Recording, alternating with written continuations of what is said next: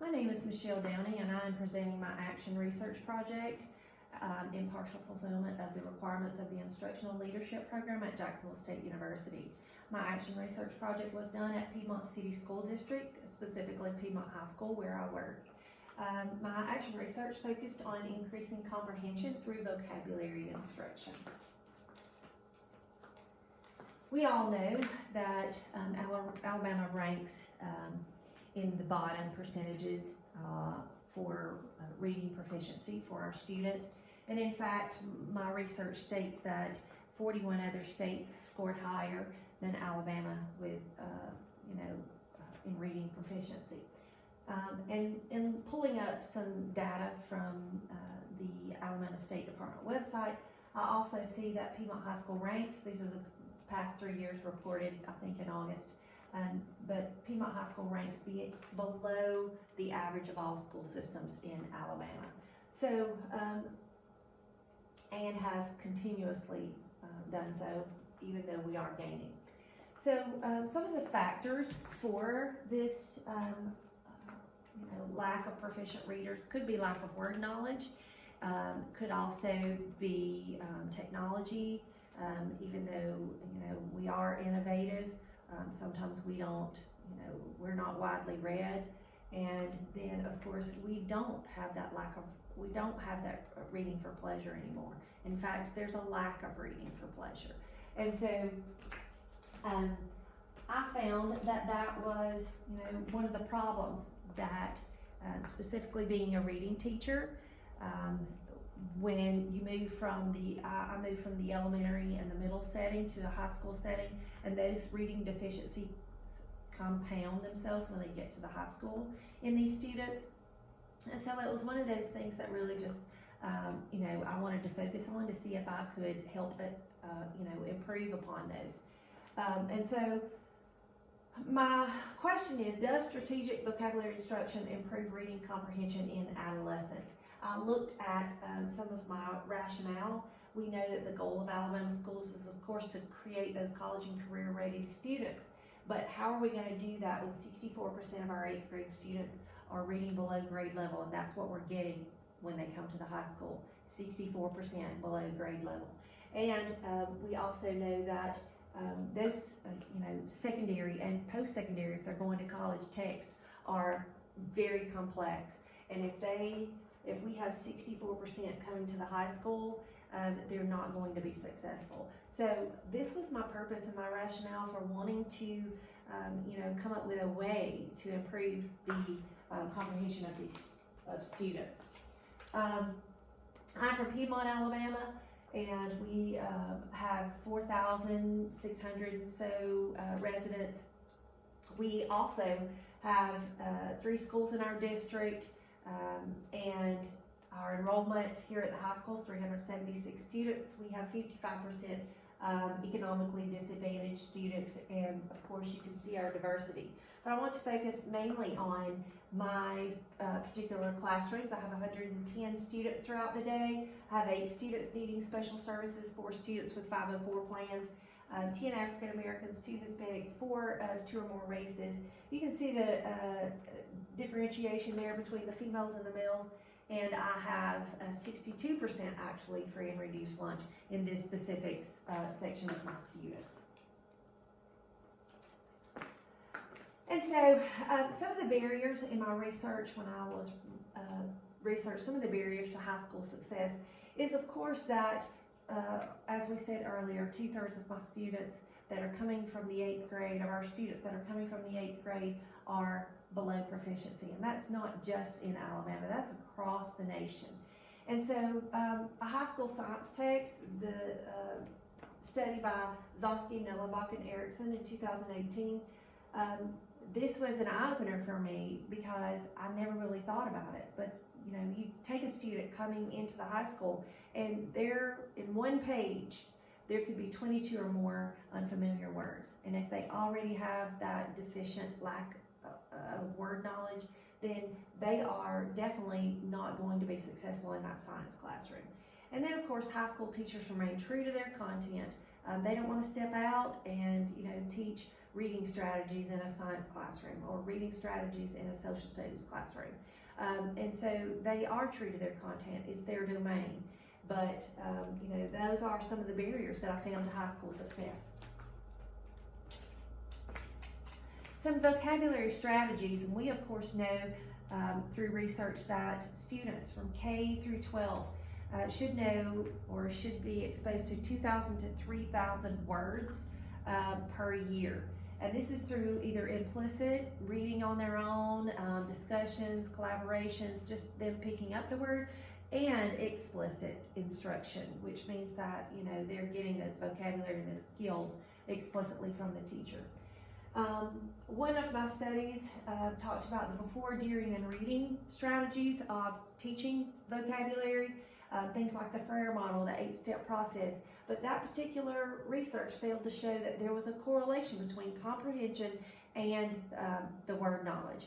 And so Swanson, Vaughn, and Wexler actually talked about how morphology, and I actually think Swanson, Vaughn, and Wexler did that as well, but the morphology was the most important thing, so that they have in their repertoire that, you know, capability of attacking a word, those word attack skills.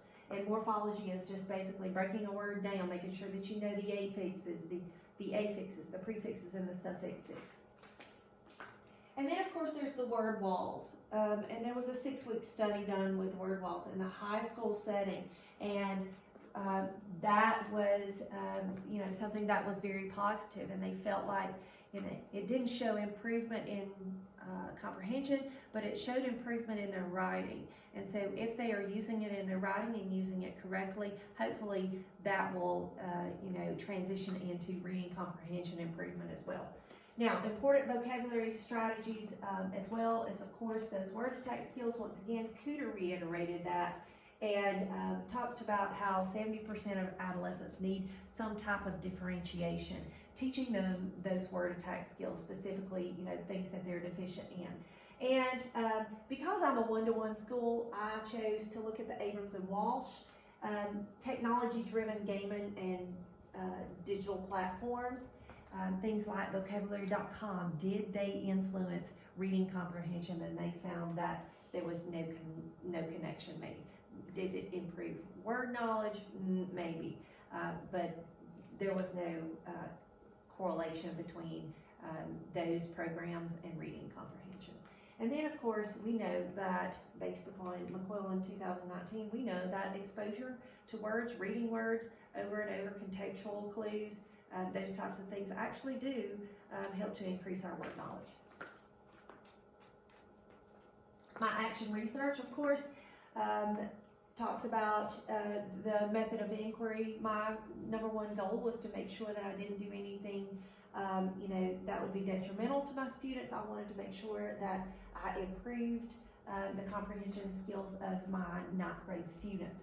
My time frame of my study started in August and ended in December, and had 45 minutes of weekly instruction, vocabulary instruction. The data collection, of course, was the ACT Aspire test. It is a standardized test, of course. It's online. We get immediate feedback within 24 hours. It's given at the fall, winter, spring benchmarks, and there are national norms that my students are compared to. I chose to do 45-minute weekly instruction. I divided that up, sometimes Tuesdays, Thursdays, 20, 25, you know, whatever works. Sometimes I couldn't fit it in, and I'd do 45 minutes on Fridays. I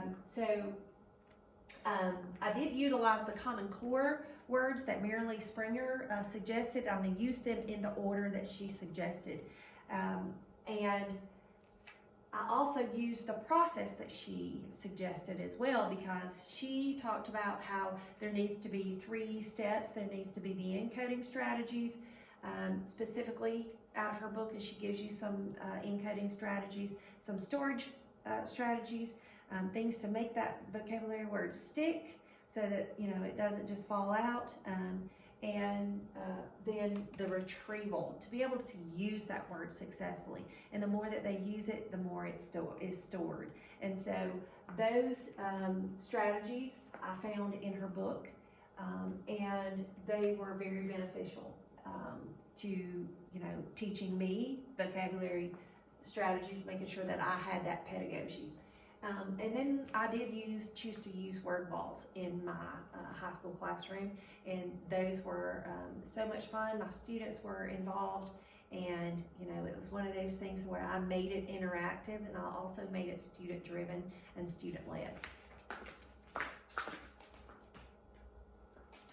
To make sure that I was ethical, I did make sure with my assistant superintendent and my administrators that it was okay for me to do this action research.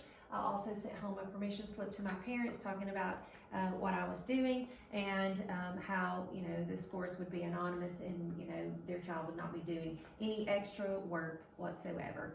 Now, my analysis is that in interpretation, I looked at those ACT Aspire results from fall to winter. I compared them also to some vocabulary formative assessment results that I had, and then I disaggregated the data as well.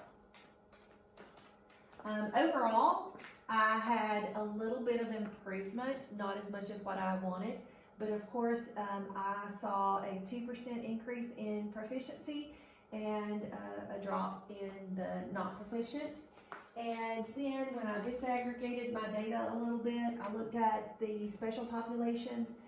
When you start disaggregating this data, I looked at it and I was like, oh, this is so depressing.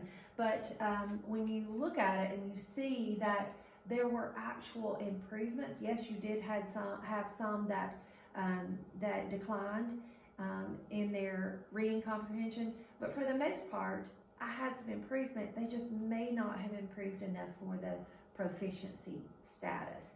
And so that's another something that I would definitely want to go back and look at. And I did look at it when I disaggregated the data, but I didn't look at it overall. So I still have 100% not proficient, but 17% of my special population students saw an improvement. My African American population were 25% proficient, which I thought was very good, and they made a 50% improvement in proficiency status. My Hispanics, 0% proficient and 0% improvement. That's something that I've got to work on. Two or more races were 22% proficient and 11% improvement. So I wanted to quickly compare to an assessment, a formative assessment data that I used. And so what I did was I chose a vocabulary test that I did I think after the first 2 weeks of instruction, and then this one was about in early November. And so I saw that the standard score, my standards class and my honors class. My standard class had 66% average score on their test, but they increased toward the end to a 68.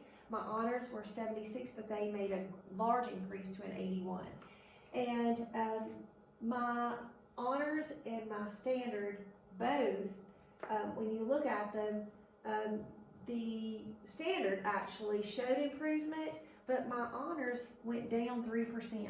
And so for me, along with the overall data, I cannot say that there was a correlation between the knowledge or the vocabulary skills or the instruction that I gave that absolutely positively showed an increase in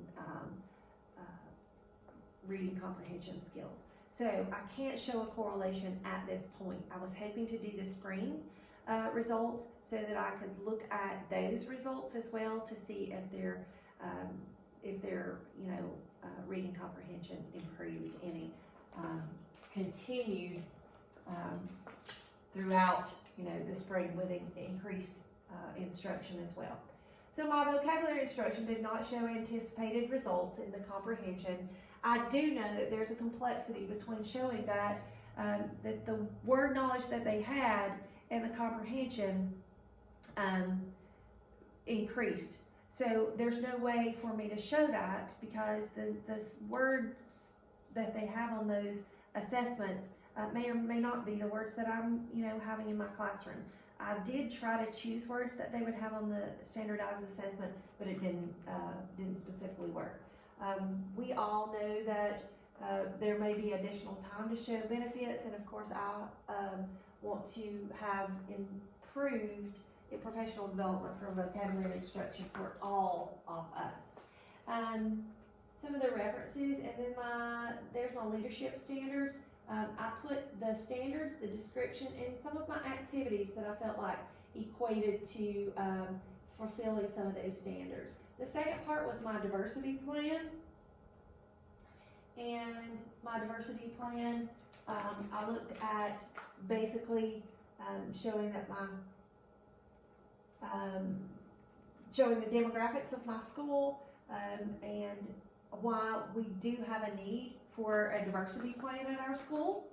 And then I chose 4 aspects of my diversity plan to, number 1, recruit, hire, and retain diverse populations as staff, teachers, and administrators, to immerse our students in a curriculum that supports differences, and to create social awareness in our school employees, and to improve community engagement and parental involvement.